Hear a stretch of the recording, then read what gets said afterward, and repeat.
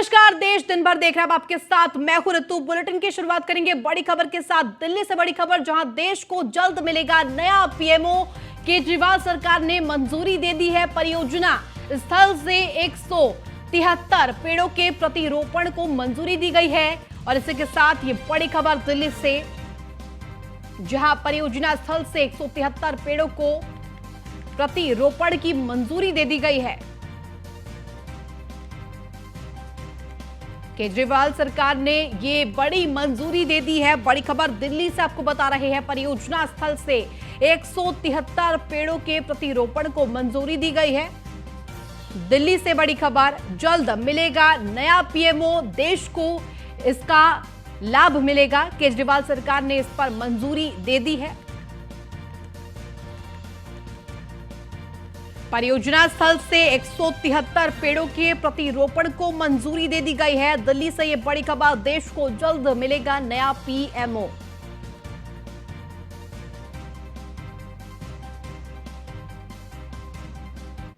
वहीं प्रधानमंत्री नरेंद्र मोदी ने फ्रांस के राष्ट्रपति इमैनुअल मैक्रों के साथ वीडियो कॉन्फ्रेंसिंग के जरिए बातचीत की। इस दौरान न्यू एयर इंडिया एयरबेस के बीच 250 एयरक्राफ्ट की डील हुई। पीएम नरेंद्र मोदी ने मीटिंग के दौरान कहा कि महत्वपूर्ण डील भारत और फ्रांस के गहराते संबंधों के साथ साथ भारत के सिविल एविएशन सेक्टर की सफलताओं और आकांक्षाओं को भी दर्शाती है। उन्होंने एयर इंडिया को और एयरबेस को डील के लिए बधाई देते हुए कार्यक्रम से जुड़ने के लिए राष्ट्रपति मैक्रो का धन्यवाद भी दिया।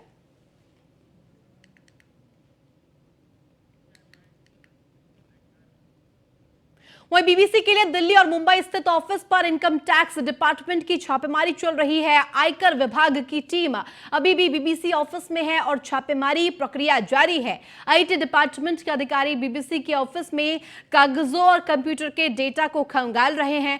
ऑफिस के अंदर मौजूद सभी कर्मचारियों को फोन का इस्तेमाल नहीं करने के लिए कहा गया है। सभी कर्मचारियों को एक ही कमरे में रखा गया है।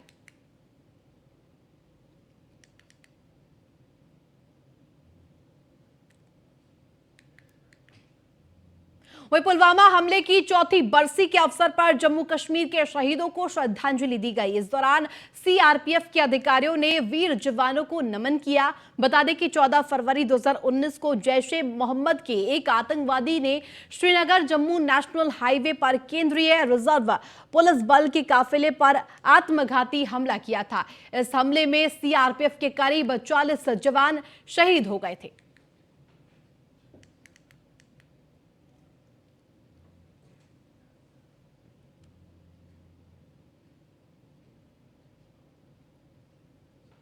वह राजधानी दिल्ली के पहाड़गंज इलाके में एक व्यक्ति पर चाकुओं से हमला किया गया, जिसके बाद पुलिस ने सीसीटीवी फुटेज के आधार पर कड़ी मशक्कत के बाद दिल्ली मेरठ एक्सप्रेसवे पर स्थित एमसीडी टोल के पास से गिरफ्तार कर लिया है। पुलिस ने आरोपी के निशानदेही पर अपराध के समय इस्तेमाल करने वाला हथियार भी बरामद किया है और मामले की जांच में फिलहाल जुट गई है।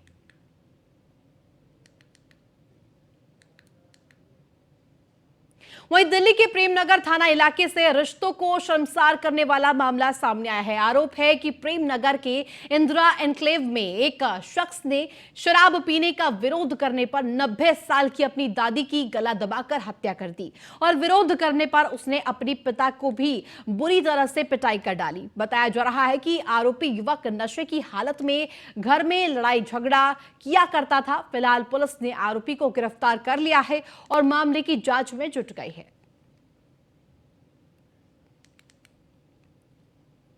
मैं भी रात को 8 साढ़े 8 बजे ड्रिंक करा हुआ था, वो भी पिए हुए था। उसके बाद उनने मुझे मारा। अब भगवान जाने किस बात पे मारा ये मुझे याद नहीं, मेरे को बहुत मारा उन्होंने। उसके बाद मैं बेहोश हो गया। ये कैसे पता चला कि आपकी माता जी का भी उसने हत्या कर दी है? कैसे पता? 7:30 बजे जब मेरी आंख खुली सुबह, तो मैंने अपनी माँ को झंझोड़ा था, वो ठंडी हुई पड़ी थी बिल्कुल। उसके बाद मैंने अपने सब में छोटे लौंडे को बोला, मैंने कहा अलका को बुला के ला मेरी बहन को। तो वो बुला के लाया मेरी बहन को, तो मेरी बहन आगे उन्हें खूब झंझोड़ा, उन्होंने पीटने लग गई। हमने सुबह को तो देखा यहाँ गली में, तो पता चला नहीं ये बुढ़िया मर गई। फिर बाद में पुलिस आ गई, काफी टाइम के बाद में पुलिस वाले उसके लड़के को भी बुढ़िया के और पोते को दोनों को ले गए। ये शोर मच रहा था, पोते ने दादी का गला दबाए के हत्या कर दी। तो पिता को भी मारा था, पिता भी गंभीर रूप से हाँ, घायल हुए पिता क्या? को पहले पिता को मारा कहिया था, पिता बेहोश हो गया कहिया था। हम सुबह थे तो औरतें आ जा रही थी। हमने औरतों से पूछा क्या हो गया, क्यों जा रही हो, क्या बात है, तो कहने लगी जी अम्मा खत्म हो गई। हमने जाकर देखा तो अम्मा खत्म हुई भी थी और दूसरे उसके बेटे को अम्मा के देखा तो उसे बहुत मार रखा था, आंखें बिल्कुल लाल कर रखी थी खून जैसी जी। तो हमने पूछा कि क्या मर गई, तो कहने लगा अपना आप मर गई, सोती रह गई। और अम्मा की आंख लाल हो रही थी, ना गले पे निशान था, गर्दन पे। तो क्या करती थी वो? अम्मा हाँ। अम्मा बेचारी कुछ नहीं करती थी, पैसे बेचारी मांग के इन्हें खिलाती थी। अच्छा, और लड़के क्या क्या करते थे? ये नहीं पैंट का काम करते, सब दारू पीते थे सब। खबर महाराष्ट्र के नासिक से है, जहां रेजिमेंट ऑफ आर्टिलरी के colonel commandant lieutenant general S Harimohan Iyer ने पहली बार 2600 अग्निवीर जवानों से बातचीत की।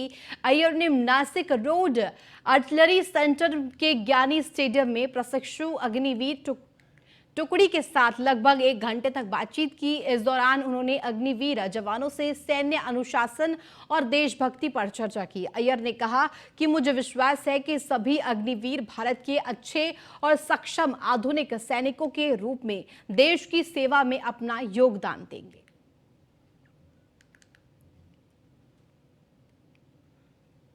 वहीं फरीदाबाद में चल रहे 36वें अंतर्राष्ट्रीय सूरजकुंड मेले में डिजिटल पेमेंट के माध्यम से ठगी करने का मामला सामने आया है। मेले में लगे एक हैंडक्राफ्ट कालीन की स्टॉल पर एक महिला और 2 कश्मीरी युवक आए और ऑनलाइन पेमेंट के नाम पर ठगी कर फरार हो गए। बता दें कि सूरजकुंड में लगे अंतर्राष्ट्रीय मेले में नेटवर्क की काफी दिक्कत है। इसी का फायदा उठाकर इन लोगों ने ठगी की। पुलिस सीसीटीवी के आधार पर आरोपियों की तलाश में जुटी है।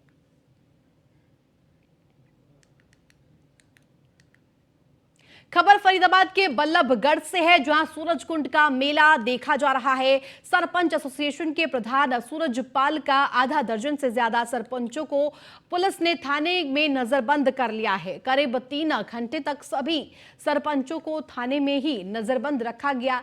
3 घंटे के बाद बाहर निकले सरपंच एसोसिएशन के प्रधान सूरजपाल ने बताया कि वो आज मेला देखने के लिए जा रहे थे, लेकिन उसी समय बीडीपीओ कार्यालय से पुलिस ने उनको थाने में नजरबंद कर लिया। उन्होंने कहा कि मेला देखना कोई गुनाह नहीं है। इस बात को लेकर शीर्ष नेताओं से भी बात की जाएगी।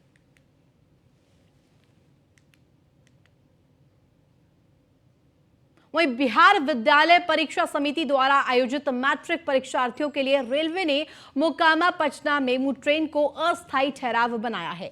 बता दें कि यह सुविधा 14 फरवरी से 22 फरवरी तक चलने वाली मैट्रिक परीक्षा को देखते हुए की गई है। मोकामा से पटना मैट्रिक परीक्षा देने जाने वाले छात्रों को इससे काफी राहत मिलेगी, जिससे परीक्षार्थी अपने समय पर एग्जाम सेंटर पर पहुंच सकेंगे।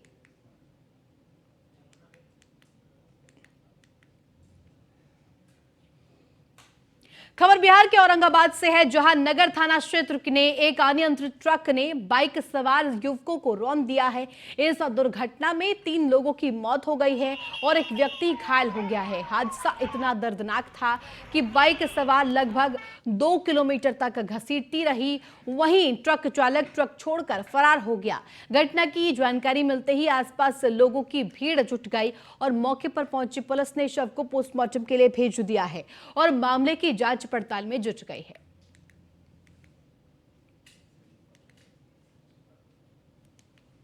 खबर बिहार के मधेपुरा से है, जहां मैट्रिक परीक्षा शुरू हो गई है। बता दें कि जिले में कुल 24 परीक्षा केंद्र बनाए गए हैं और सुरक्षा के काफी पुख्ता इंतजाम किए गए हैं। परीक्षार्थियों की जांच की जा रही है और जूते मोजा पहनकर आरोपियों को नहीं जाने दिया जा रहा है। मधेपुरा के सभी परीक्षा केंद्रों पर सेंट्रल से 500 गज की दूरी के अंदर तक धारा 144 लागू कर दी गई है।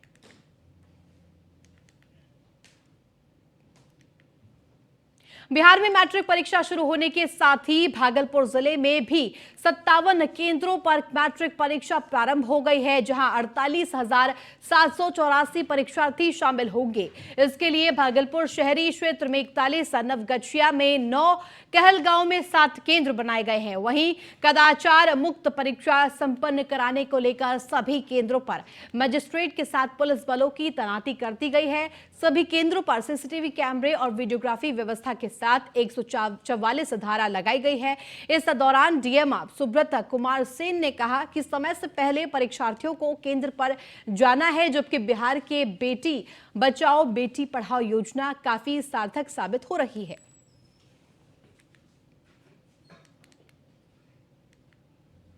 बिहार में मधुबनी के झंझारपुर एएनएम स्कूल की 10 छात्राएं फूड पॉइजनिंग का शिकार हो गई है। आपको बता दें, झंझारपुर में यह मामला सामने आया है, जहां एएनएम स्कूल की 10 छात्राएं फूड पॉइजनिंग का शिकार हो गई है।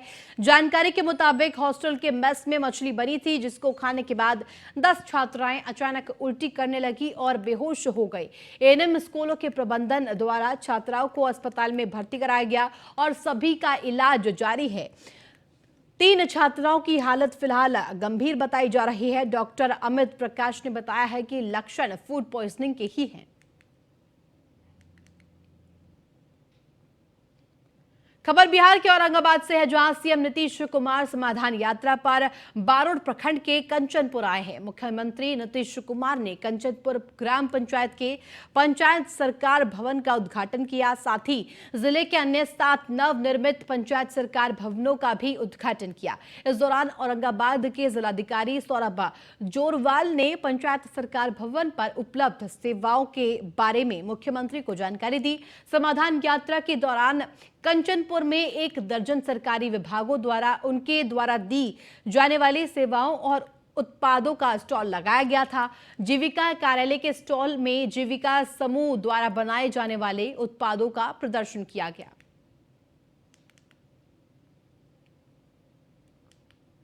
खबर हरियाणा के भिवानी से है, जहां राज्य चौकसी ब्यूरो ने बड़ी कार्रवाई की है। टीम ने भिवानी के औद्योगिक प्रशिक्षण संस्थान में छापेमारी कर 12,000 रुपए की रिश्वत लेने के लिए आईटीआई भिवानी के प्रिंसिपल अनिल कुमार यादव को रंगे हाथों पकड़ा है। बता दें कि आरोपी हरियाणा कौशल रोजगार निगम के तहत लगे कर्मचारियों से नौकरी में बने रहने के लिए हर महीने प्रति कर्मचारी 2,000 रुपए की उगाही करता था। विकास कुमार सन ऑफ हरभजन, हनुमान गेट भिवानी, जो आईटीआई में HKR अलम के तहत नौकरी करता है, उसका मेरे पास फोन गया था। तो जो मेरे से कोई आदमी रिश्वत मांग रहा है, आप भिवानी आकर आओ, मैं कार्रवाई कराना चाहता हूँ। सभी बात मैं भिवानी आने पर आपको बताऊंगा। तो मैं उसके टेलीफोन की सूचना पर यहाँ भिवानी विजिलेंस यूनिट आया और विकास भी यहाँ आ गया। फिर विकास ने हमारे को उसकी रिकॉर्डिंग वगैरह सुनाई। आरोपी जो था उससे पैसे मांग रहा था, अनिल कुमार, प्रिंसिपल आईटीआई भिवानी, और हमारे को शिकायत दी। शिकायत पर हमने नियमानुसार कार्रवाई करते हुए आज प्रिंसिपल अनिल यादव को 12,000 रुपए लेते हुए रंगे हाथों गिरफ्तार किया। वहीं हरियाणा में बवानी खेड़ा में मुख्य बाजार स्थित बालाजी मेडिकल हॉल से 3 बदमाशों ने बंदूक के दम पर 22,000 से ज्यादा रुपए की लूट की है। लूट की सारी घटना वहां से लगे सीसीटीवी कैमरे में कैद हो गई। मेडिकल हॉल के मालिक महेश ने बताया कि रात करीब 10:30 बजे वह घर जाने की तैयारी में था कि तभी 2 युवक हथियार हाथ में लेकर अंदर आए और बंदूक की दम पर हजारों रुपए लूट कर फरार हो गए। मौके पर पहुंची पुलिस ने सीसीटीवी फुटेज को कब्जे में लेकर मामले की जांच पड़ताल शुरू कर दी है। को महेश कुमार सन ऑफ भीम सिंह है, जो वार्ड नंबर 11 के रहने वाले हैं। तो इनकी एक मेडिकल की शॉप है, जिसपे रात को 3 लड़के आए हैं, जो 2 अंदर एंट्री की है और एक ग्रे कलर की i10 कार है जिसके अंदर बैठा है। तो इनके साथ झगड़ा करके और इनसे पैसे छीन करके लेके गए हैं, जिसपे हमने अभियोग अंकित कर दिया है और अनुसंधान कर रहे हैं। हथियार भी साफ दिखाई दे रहे हैं उनके पास? हाँ, हथियार साथ दिखाई दे रहे हैं। उसमें आर्मेट साथ में लगाया गया है। क्या जांच चल रही पुलिस? अभी स्थानीय लोगों से पूछताछ कर रहे हैं और जो हमारे पुराने जो क्रिमिनल बैकग्राउंड के जो लड़के हैं उन पे भी पूछताछ कर रहे हैं, और जो भी इसमें बेस्ट हो पाएगा इस मुकदमे को ट्रेस करने की कोशिश कर रहे हैं। 2 लड़के आए हैं और एक गाड़ी में बैठा था और मैं अंदर से अखबार निकालने के लिए गया था। दोनों आते ही यहाँ पे खड़े हुए हैं। एक जन ने गले में हाथ मारा है और दूसरे ने मेरी तरफ की गोली संभाली है। अच्छा, मेरे से पैसे मांगे, मैंने मना कर दिया। फिर थोड़ा धक्का मुक्की किए उन्होंने, फिर मेरे को एक डंडा मारा है, जेबें चेक किए 2 बार, तीसरी बार फिर जेब में से पैसे निकाल लिए। फिर मैंने मोबाइल निकालने की कोशिश की है, फिर वो मोबाइल छीनने की कोशिश की उन्होंने मेरे साथ। कितने रुपए का? ये 21,000 तो मेरी जेब में थे और 1500 रुपये लगभग गले में थे। पुलिस में शिकायत दी? हाँ, की थी मैंने। खबर महाराष्ट्र के लातूर से है, जहां न्यूज 1 इंडिया की टीम पंचायत समिति निलंगा कार्यालय में पहुंची, जहां आरोग्य विभाग के अधिकारी हांडे अपनी कुर्सी पर से हुए पाए गए, जिसके बाद अब प्रशासन की कार्यशैली पर सवाल उठने शुरू हो गए।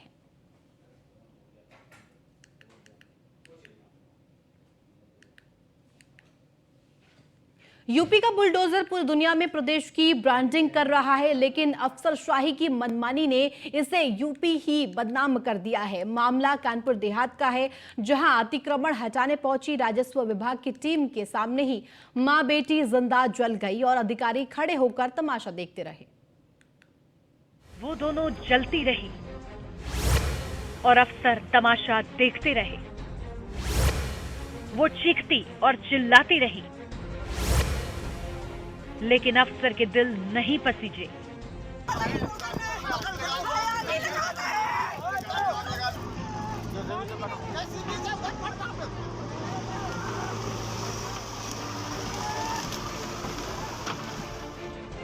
जिससे इंसाफ की उम्मीद हो वही गुंडागर्दी पर उतर आए तो आम आदमी किससे फरियाद करेगा। तस्वीरें कानपुर देहात के मैथा तहसील के मड़ौली गांव की है, जहां राजस्व विभाग की टीम लाव लश्कर के साथ अतिक्रमण हटाने पहुंची थी, लेकिन प्रशासन की टीम के सामने ही मां बेटी जिंदा जलकर खाक हो गई और अफसर तमाशा देखते रहे।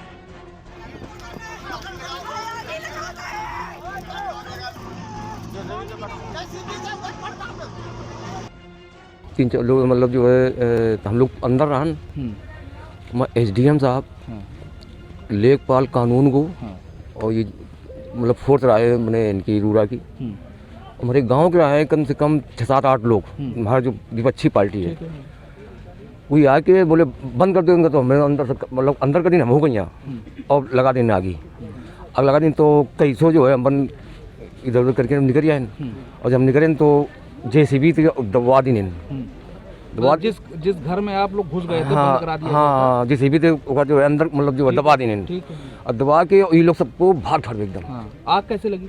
आग लगा दी लोग, आग इन्हीं लोगों ने। हाँ SDM साहब लगाए। कौन लोग शामिल थे? SDM साहब कानून को, लेखपाल और हमारे गाँव की जो है अशोक दीक्षित।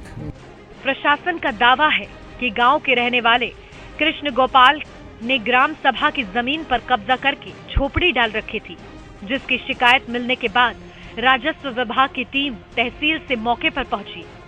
इसी दौरान झोपड़ी में आग लग गई। गांव के लोगों का दावा है कि मौके पर मौजूद पुलिस और प्रशासन की टीम ने आग बुझाने की जगह तमाशा देखना मुनासिब समझा। हैरानी की बात यह है कि प्रशासन के सामने दिल दहला देने वाली वारदात हो गई, लेकिन प्रशासन के लोग अब भी अपनी गलती मानने को तैयार नहीं है, उल्टे माँ बेटी पर ही आरोप लगा रहे हैं। आज जिला प्रशासन की एक टीम जो है यहाँ पर अवैध अतिक्रमण की सूचना पर आई थी और उसी के क्रम में ये एक बहुत ही दुखद घटना यहाँ पर घटित हुई है, जिसकी जानकारी पर हम सभी लोग यहाँ पर आए हैं। गांव में सभी लोगों से संवाद स्थापित किया गया है, बातचीत की गई है, घटनाक्रम को जाना गया है और इसकी क्या पृष्ठभूमि है इसके बारे में भी पूरी तरह से पता किया जा रहा है, अन्वेषण किया जा रहा है।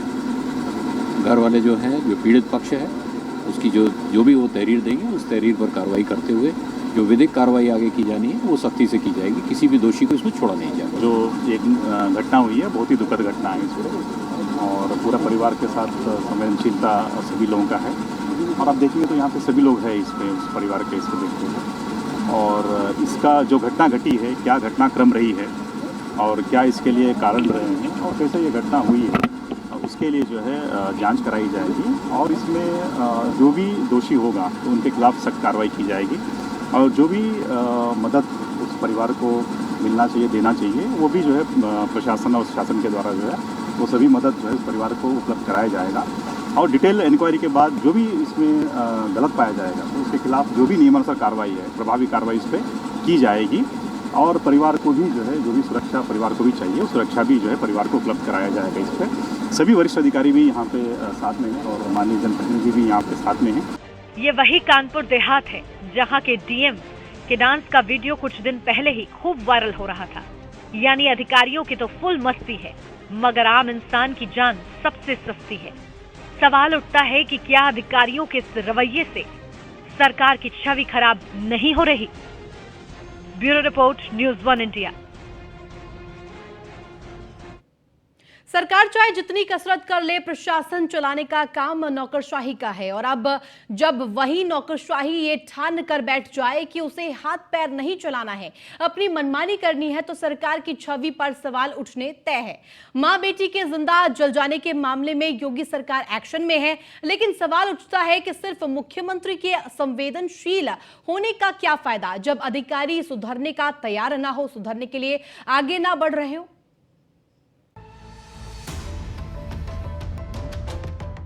वाह डीएम साहब, आपकी कला को सल्यूट है, मगर शायद अपने मातहतों को आप इंसानियत की कला सिखाने से चूक गए, वरना वो माँ बेटी आज जिंदा होती जिनकी चीखें सुनकर भी आपके अधिकारियों के दिल नहीं पसीजे। आप तो सरकार का हिस्सा हैं, फिर सरकार की मंशा के खिलाफ कैसे चली गई? अब जब सब कुछ खत्म हो गया है तो सफाई देने का क्या फायदा? डीएम साहिबा, शायद आप भूल गई हैं कि बुलडोजर बाबा गरीबों के दिलों में बसते हैं। ऐसे में अगर गरीबों को तकलीफ होती है तो योगी जी का दिल करहा उठता है। अगर यकीन न हो तो योगी जी के एक्शन की मिसाल भी देख लीजिए। सरकार की पहल पर कई धाराओं में 11 नामजद और 12 अज्ञात लोगों के खिलाफ मुकदमा दर्ज। धारा 302, 307, 436, 429, 323, 34 के तहत मुकदमा दर्ज। एसडीएम मैथा, थाना प्रभारी रूरा, लेखपाल कानूनगो पर मुकदमा दर्ज। 3 अन्य लेखपाल और जेसीबी ड्राइवर पर भी मुकदमा दर्ज। एसडीएम मैथा ज्ञानेश्वर प्रसाद, रूरा थाना प्रभारी दिनेश कुमार गौतम, लेखपाल अशोक सिंह मुख्य आरोपी बने हैं। एसडीएम मैथा को तत्काल हटाया गया है।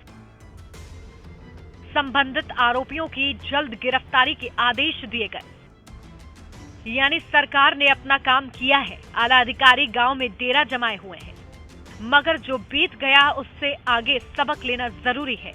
और ये सबक तभी लिया जाएगा जब पूरे प्रशासनिक अमले पर सख्त कार्रवाई होगी, जिसने सरकार की छवि को कलंकित करने की कोशिश की है। Bureau report, news 1 India, Kanpur. और इसी के साथ देश दिन भर में बस इतना ही। आप देखते रहिए न्यूज़ 1 इंडिया।